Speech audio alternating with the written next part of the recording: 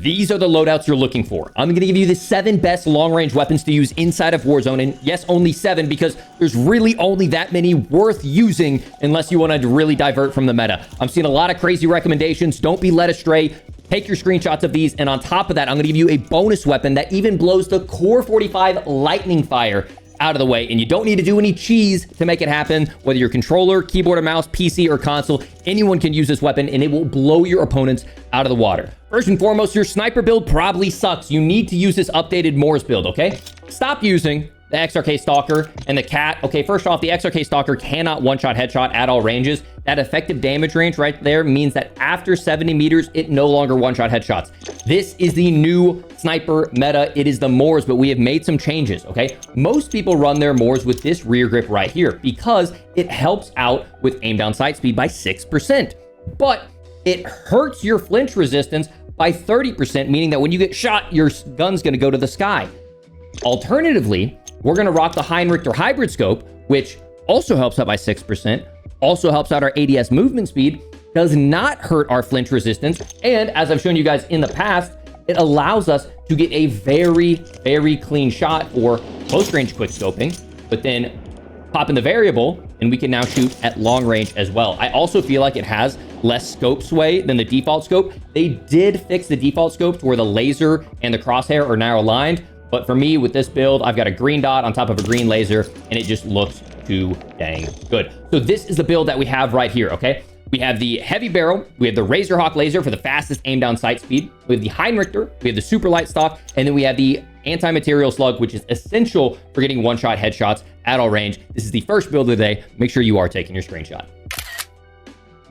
Next up, okay, I mentioned it. Get rid of the Cat. I'm still seeing people rock the Cat, and there's a reason why you need to get rid of it. It only has a bullet velocity of 894 meters per second. If you want a long-range headshot machine, which, yes, this one-shot headshots at all ranges, the Cat AMR does, go over to this build, okay? We've made 2 changes. We've thrown on the photonic charge barrel, which brings us an insane bullet velocity of 1,500 meters per second. It almost feels dang near hit scan. It also, if you play Rebirth Island, does 250 damage to the upper body. Arms, chest, stomach, 250 damage. That means that as someone's dropping in from Rebirth Island with only 2 plates, you can chest shot them. You can arm shot them inside of Rebirth Ranked and get a kill. It is still very, very viable and very, very dangerous. I have made one change. We went away from the Razorhawk light. The Razorhawk light helps out with aim down sight more, but we go to the Choreo, which only helps by 7% as opposed to 10%. But what the Choreo has is aiming stability. That means as I'm aiming down sight, it's gonna sway less. And for me, that's valuable for a sniper that I'm using traditionally for long range. So as you guys know, you can hold down, you can change your scope as necessary. And then you can see here, I don't even need to hold my breath. I can control just with my thumbstick this target and keep that on its head the entire time because that Choreo laser helps that stability. With other guns, it's a lot more drastic. Now, at the end of the day, sniping across the map, yeah, you're still gonna hold your breath, but I think in the moment where you can't hold your breath, that makes the charge barrel just that much better. So you can still see, very snappy to use, very dangerous to use, and if you're a long-range sniper, this is my recommended Moors hit scan build. Here at the Warzone Academy, we're all about building good habits in-game, but maybe you're trying to break some bad habits in real life. That's where the sponsor of today's video, Fum, can come in hand. Fum is an award-winning flavored air device that helps you break your bad habit in a guilt-free way. Now, when you hear flavored air, you might be thinking, Isaac, a vape? And no, it's nothing like that. There are no batteries, there is no combustion, there is no vapor, there is no harmful chemicals, and there is no addictive things like nicotine. You see, Fum is simply flavored air. And with amazing flavors like crisp mint and orange vanilla, you can help satisfy that oral fixation as you break that habit. Or maybe if the anxiety or the jitters are starting to act up, this is made to fidget with the cool snaps and clicks and the adjustable airflow dials to help calm your nerves and pass the tide. It's for someone like yourself or a loved one who's trying to kick that bad habit and needs something on their side. Fum has served over 150,000 customers, and for a limited time, you can use code IceManIsaac to get 10% off a journey pack. head to tryfum.com, that's tryfum.com, and use code IceManIsaac or scan the QR code on your screen and save 10% off your order today. A huge shout out again to Fum for sponsoring today's video. All right, now let's get back into the AR and the LMG meta, and it's so important that you understand this baseline for the meta moving forward. So we have the DG58 LSW and the SVA burst. Look at these two lines here. The DG58 LSW is one of the best guns we've had probably in Warzone history. It is like back to the Grau level of prowess. It has zero recoil, insane bullet velocity, and the time to kill at range is incredible as well. Now we have the SVA 545 burst, which we've talked about for a long time, and what makes it so powerful, even though it doesn't have the best time to kill at range, is it has like zero recoil at range. So every gun that we compare to it has to beat it or be comparable to it in some way. And we're gonna show you some weapons that will be the absolute meta right when the DG58 gets nerfed, okay? So let's real quick get rid of some other ones that people have been gassing up. Hoger 556. It is worse than the DG58 at range. It has less bullet velocity and less damage from mag because it's only an AR, and frankly, a little bit more recoil as well. Don't use it. M13B, less bullet velocity, less damage from mag, less range. Don't use it. The PKM, I don't know why people are gassing this up again. I know it has amazing damage from mag. I know it has surprising movement speed, but honestly, my grandmother could shoot the DG58. The PKM, I know it has great damage from mag, but just don't even use it. It's bad. It's bad. Don't use it. SOA Subverter, absolute tank under 20 meters, but guess what? That's what SMGs are for. At long range, it has really difficult to control recoil. Do not use it, especially when compared to the DG. And same thing with the MTZ 556 as the Hoger 556. It's worse at range, worse damage from mag, worse bullet velocity. Don't use it. Attack Evolve Ear, same as the PKM. It has very little recoil, but it's significantly worse than the DG58. So when I make a loadout video, I don't want to make an arbitrary amount of loadouts just to fill the top 10 loadouts video. I don't want to waste your time, and I also want to prevent you from getting gassed up by other guns. I'm only going to give you guns that I genuinely think you should be using, and here they are. Once again, same baseline, DG58 SVA burst. Look at this one right here. The Hoger 2.6, it is almost line on line with the DG. It will absolutely be meta if the DG58 gets nerfed. We've been talking about the Hoger 2.6 for months. Okay, if you look at everything from upper leg, lower leg, stomach, arm, chest, the only one where the DG really shines is headshot, and that's why the DG definitely still is meta. It also has slightly better recoil control and slightly better bullet velocity, but the Hoger 2.6 will absolutely be next up. Okay, next up, BP50.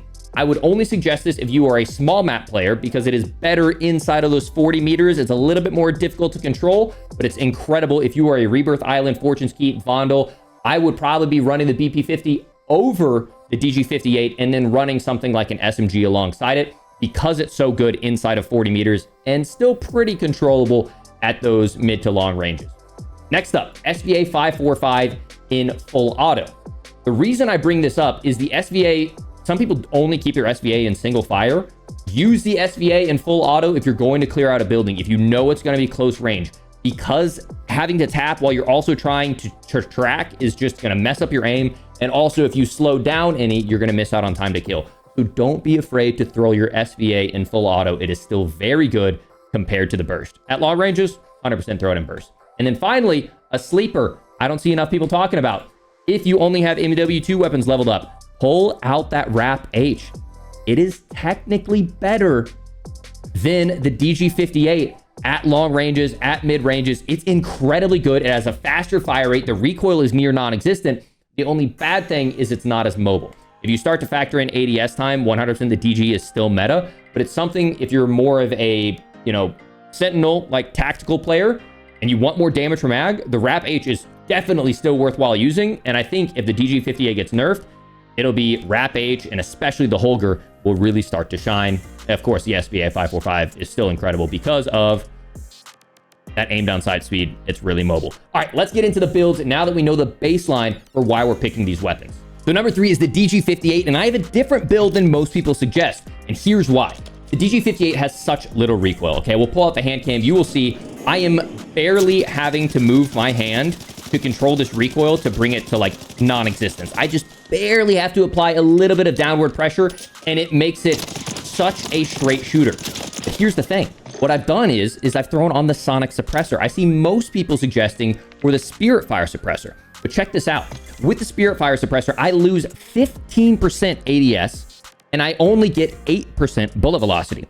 But with the sonic suppressor, I don't lose that 15% and I get 13% bullet velocity. So that's a difference in ADS speed of 357 versus 411, almost 60 milliseconds of aim down sight, which you are going to feel. And because the gun has such little base recoil, you're not going to feel the difference of having the recoil mitigation from Spirit Fire versus no recoil or a little bit of recoil damage from the Sonic Suppressor. As you've seen from what I was just shooting, it shoots extremely straight. You're going to be fine with the Sonic Suppressor because we want faster ADS and even more bullet velocity. From there, we've thrown on the Woody Long Barrel, the Bruin Heavy Support because we don't want any horizontal shake, Jack Glassless for that firing aiming stability that we know and love. Firing aiming stability, if you're ever struggling to build a gun that's not shooting straight, firing aiming stability is the key for most of these weapons to get them to shoot straight. And then the recoil reduction butt plate helps out as well. This is, in my opinion, the absolute meta for the foreseeable future. If you're in a sweaty lobby, SBMM is cranked, you got to pull this out. This is going to be your go-to meta weapon. Make sure you're taking your screenshot. Now with that, if you do struggle to control the recoil, you can throw on the Spirit Fire, but that's totally up to you. I would encourage you to try the Sonic Suppressor. It's the exact same reason why on number 4 with the SVA, we're rocking the Sonic Suppressor as well. We've talked about this gun in the past. I'm not going to beat a dead horse here. It is so good. We're rocking the Sonic Suppressor and high grain because when we throw this gun into single fire burst, we don't need recoil control. I can just spam all day in single fire. It doesn't matter that I get additional recoil from high grain. I'm going to get all of this benefit of damage range and bullet velocity without feeling any of this. So that's why I don't have an underbarrel. It's why I'm rocking the Sonic Suppressor, and it's why I have my SVA built like you see here on the screen. Make sure you're taking your screenshot. If you guys are taking screenshots, if you appreciate the fact that I don't rush out these loadout videos, study the numbers, test them in game, and give you the best loadouts in Warzone, make sure you are subscribed with notifications on, because especially here towards the end of the video, we're going to have some really special content that you don't want to miss out on. So if you always want to be the first to find out about the meta, this is the place to be. Next up, the Wrap H. It's so nice to have at least one MW2 weapon that's somewhat relevant, and I've made some changes to the build from the last time I've shown this off, and it shoots even straighter. It is so good. It is so good. Shoots extremely straight. There's a little bit of a hook to the right, but that's very easy to control just by matching that pull with your finger. And like I said, once either the SVA or the DG or both gets nerfed, it would be really nice to see an MW2 weapon sneak back into the meta. So here is my Wrap H. What I've done is I've tried to take away all the vertical climb because this gun already has amazing bullet velocity as is. 1,000 meter per second bullet velocity while I have on something like the compensated flash hider, which helps take away some of the MW2 smoke haze visual recoil. It makes it feel even more pleasant to shoot. From there, we've thrown on the Bruin pivot grip, which I don't see enough people talking about. But if you are trying to compensate for vertical recoil, it's one of my favorite weapons to go to in the game because it helps out with firing aiming stability and it helps out with vertical recoil control. If I want to take away some of that horizontal shake, I would rock the Bruin Heavy Support. But since this has a little bit more of a climb, I'm opting for the pivot grip. From there, we have high velocity on because we want as much bullet velocity as we can, getting 20% extra out of that. And then we have the Jack Glassless optic for the reasons we know and love. If you're really good with controlling recoil, you can consider throwing on something like a Spirit Fire or the Sonic Suppressor, and that's going to give you some insane numbers in terms of 1,200 meters per second bullet velocity. But for me, I think this would be the average player's build, and I think you'd have a lot of fun if you enjoy MW2 weapons. Make sure you're taking your screenshot. Next up, we have the aggressive BP50 build, okay? This is not your close range BP50 SMG conversion kit. If you're interested in my close range meta, that is the previous video to this. You can check that out. The BP50 in a long range sense is still going to be super meta, but it's going to have a little bit less recoil than the traditional build because we are going to pair this with an SMG. So this is my BP50 AR build, and as you can see here, it's got a little bit of vertical climb that I have to compensate for, but it's not... recoil is tough to control when it has an S-curve. If it's straight up and down, it's very easy to control. Okay, so once again, this is a small map recommendation. We saw that it killed, in my opinion, meaningfully faster than the DG58, but it has less damage per mag. It's more mobile, but it's not big map contender, in my opinion. Okay, but the build still is very viable on small map, and what we have is the 45 round mag, the Moat stock, which has amazing movement speed capabilities, Jack Glassless, Lore Heavy 9-barrel, and then the Zim compensator. Zim compensator with that firing aiming stability. It's the same reason we use it on the Ram 7. It takes away so much shake and haze. It is like a clutch attachment in the game. Make sure, if you want an aggressive AR, to take your screenshot right now. Heading into the last one that I would recommend, it is the Hoger 2.6, and it is absolutely going to be the next meta. We've mentioned in the past, I've made some changes to the build. But gentlemen, it 100% will be next up. Once the DG is dead, the Hoger is next up. You'll see it has a little bit of horizontal deviation, but come on, you can control that. Okay, the build is the same that we've seen with so many others. We have the Spirit Fire Suppressor. If you want more bullet velocity, you could throw on the Sonic Suppressor. We have the Hoger Factory Barrel, the Bruin Heavy Support, the Jack Glassless, and the Ascent Lord Stock, which helps out a lot with firing aiming stability, and the Recoil Gun Kick, which we know and love. Okay, this is my Hoger 2.6 next up meta weapon. Make sure you got your screenshot. So that wraps up our 7 best long-range weapons, but there is a bonus weapon that you need to know about, okay? And it does not require any cheese, no scroll wheel, no macro, nothing weird. Controller, keyboard and mouse, console, or PC. You're gonna love this, okay? And if you don't know what I'm talking about, in my previous video, I mentioned how there was an absolutely insane time to kill out of the Core 45. Now, I had been dying to this gun a lot lately. And if you don't know, the Core 45 with a lightning fire trigger kills faster than the Striker 9, kills faster than the DG, and like by a mile, it kills in 400 milliseconds. But you have to click like 13 times a second to make this happen, which isn't realistic. But people have been using and abusing either macros or cheats or rapid fire, or in this guy's case, and many of the people I had died to, on controller, whether it's a strike pack on their console or a cheat on their PC, they have been reaching an unbelievably high fire rate with aim assist. And you can't even counter it. It feels like they're playing multiplayer, and I've died to it too much lately. But what I ended up finding out, and an attempt to find out how people are doing this legitimately, is that you can bind fire to the scroll wheel on your mouse. So as you would scroll, it would shoot. Now, there was a whole conversation. Yes, this is absolutely a legitimate way. JGod mentioned in a video that he thought it was cheating. He retracted that statement. There was a whole conversation we had back and forth on Twitter. People have been using scroll wheels forever. JGod, if you want to go read this, it was a really cool conversation that we all had. We both 100% agree macros and rapid fire are cheating. He believes that regular scroll wheel is fine. It's just cheesy. He just doesn't think people should be using free spin scroll wheels. And free spin scroll wheels, if you don't know, you can scroll, but then when you click, it opens up to create a free scroll, which allows people in certain games like Fortnite to turbo build, Apex to like bunny hop, Counter-Strike to bunny hop, tap strafe, all that good stuff, right? But there's also something funny. He takes a feather duster or an air duster. So it's definitely a meme. It's definitely cheesy, but it's not cheating. But the whole reason why I made that video is because people have been using it illegitimately for months. As JGod mentions, people have been using scroll wheel for months. People have been using macros and cheats for months. So my goal is to get the developers, and I have DM'd them on private channels. There is no reason we should have something in the game with a 750 RPM single fire that kills faster than any SMG in the game, but is so fast that the average person can't fire that on controller. Get rid of it, nerf it, please. That's the end of that conversation. There's something else we found that actually technically kills even faster, but does not require any of that cheese, is not even questionably against TOS, and it is the tier with the Jack Beholder rifle kit. And let me show you some footage, because it kills unbelievably fast. And listen to the reaction of my duo when he saw me using it.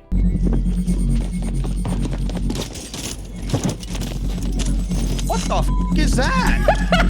And why did it just do that? I knew you were gonna say that, bro. What in the? I like wasn't paying attention. I thought it was a shotgun. You should not have access to the internet because you find. I don't know how you find this stuff.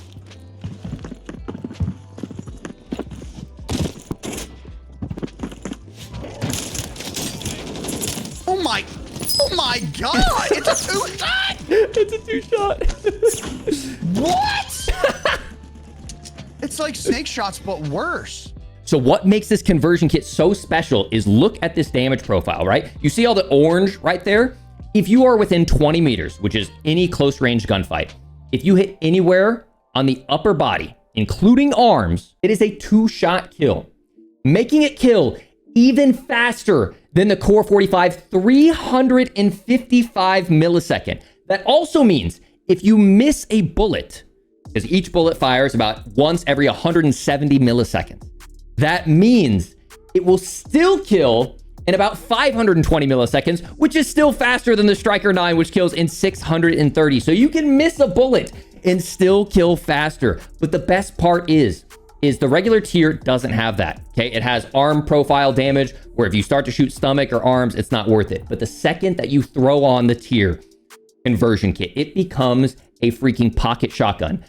2 shots to the body, anywhere up close, but after 20 meters and infinity, it is a 3-shot kill anywhere on the upper body. And I've even had snipers challenge me on rooftops, and I have 2-shot headshot them. It is an unbelievable weapon to use. It is jarringly fast on its time to kill, and you can use it without any cheese besides, well, the cheese of using this gun in itself. Let's go ahead and show you 2 builds that I've been using. Now, it's important to note that this is originally built to be like a carbine. It's meant to be more like a sniper. And about 4 or 5 months ago, I saw Metaphor make a video on this, and I'm like, well, this gun kind of sucks. He had a big sniper scope on it. He was using it as like a main sniper, and it just looked awkward, especially because the bullet velocity is only 450 meters per second, and that's not great for a main AR. So I started to build this thing like a pocket shotgun, and then I would bring something like the BP50 AR as my backup. We know the BP50 AR is going to be able to help me out with those long-range gunfights, but then I could throw on this bad boy, and even at medium ranges, 1 shot, 2 shot. At closer ranges, chest shot, chest shot. It's absurd. Okay, and so I have 2 builds. If you struggle with recoil control, what I did is I threw on the billeted brake, which helps out with vertical recoil and climb. And then I threw on the Bruin, which we talked about earlier, that also helps out with vertical. That's going to allow you to get a little bit faster follow-on shots for rapid fire, especially at like mid ranges as well, just because it's got a little bit of that vertical climb. But if you want something that's a little bit more speedy and you're really confident in your recoil control, try this. We'll throw on the DR6 hand stop, and we'll throw on the laser light. And what that does is it makes our sprint to fire 68 milliseconds, which blows even like the Striker 9 out of the water. That is insanely fast. That's like WSP 9 sprint to fire. And then the ADS is a respectable 220. But that allows us to sprint around the map, get this gun down extremely quick. And I have world-starred people. I have gotten out of gunfights I should have absolutely never won. There's some clips rolling in the background, and it's going to be my go-to weapon. I've ran it in solos. I've ran it in trios. Obviously, it's going to be a little bit more of a high-skill weapon, so I would encourage you to run it in solos. Have a backup weapon like the BP50. You can run it as a squad. Just imagine you go into a building, you hit 1 shot, your teammate hits 1 shot, boom, they're dead. It is so good, and it is so worth using, and with sleight of hand, it makes it really convenient. But this is my absolute favorite weapon to use right now inside of Warzone. You can see the movement speed is great. We'll pull out the hand cam so you can see that I'm not having to control it too hard. And you can run in, clear out buildings, 2 shots to the upper body. Even if there's someone all the way across the map, guess what? There's not all that crazy aim sway that you get with some other weapons. Doesn't matter. 3 shots to the chest. I have clips of me ripping people off of rooftops, clip of me hitting people out in open fields. Absolutely, it's a little bit of a meme gun, but I mean, you can't argue with the results. So here are the 2 builds. If you're more of an aggressive player and you only want to use this as like a pocket shotgun up close, this is my go-to build. If you want to be able to try to use it a little bit more at the mid-range, keep in mind it does have a lower bullet velocity, but this is significantly more controllable with these 2 attachments here. If you're doing fast follow-on shots, this is what I've been using the past couple of days and loving it. I'm going to try the more aggressive build later today. This is what I would suggest, and as you can see here, it allows for those faster follow-on shots. It's just so dang good. Make sure you're taking your screenshot right here. But ladies and gentlemen, that wraps up today's video. If you appreciate all the effort I put in with both the long-range perfected loadouts, the absolutely insane tier conversion kit, and also the effort to try to get that freaking Core 45 lightning fire nerfed, because I'm sick of that, do me a favor, drop a like on this video, subscribe, because you know I've got the best tips, tricks, and secret meta loadouts. And a huge shout out again to Fum for sponsoring today's video. Hope you guys enjoyed. I'll be live the rest of the day over on Twitch. I'll see you over there. Peace.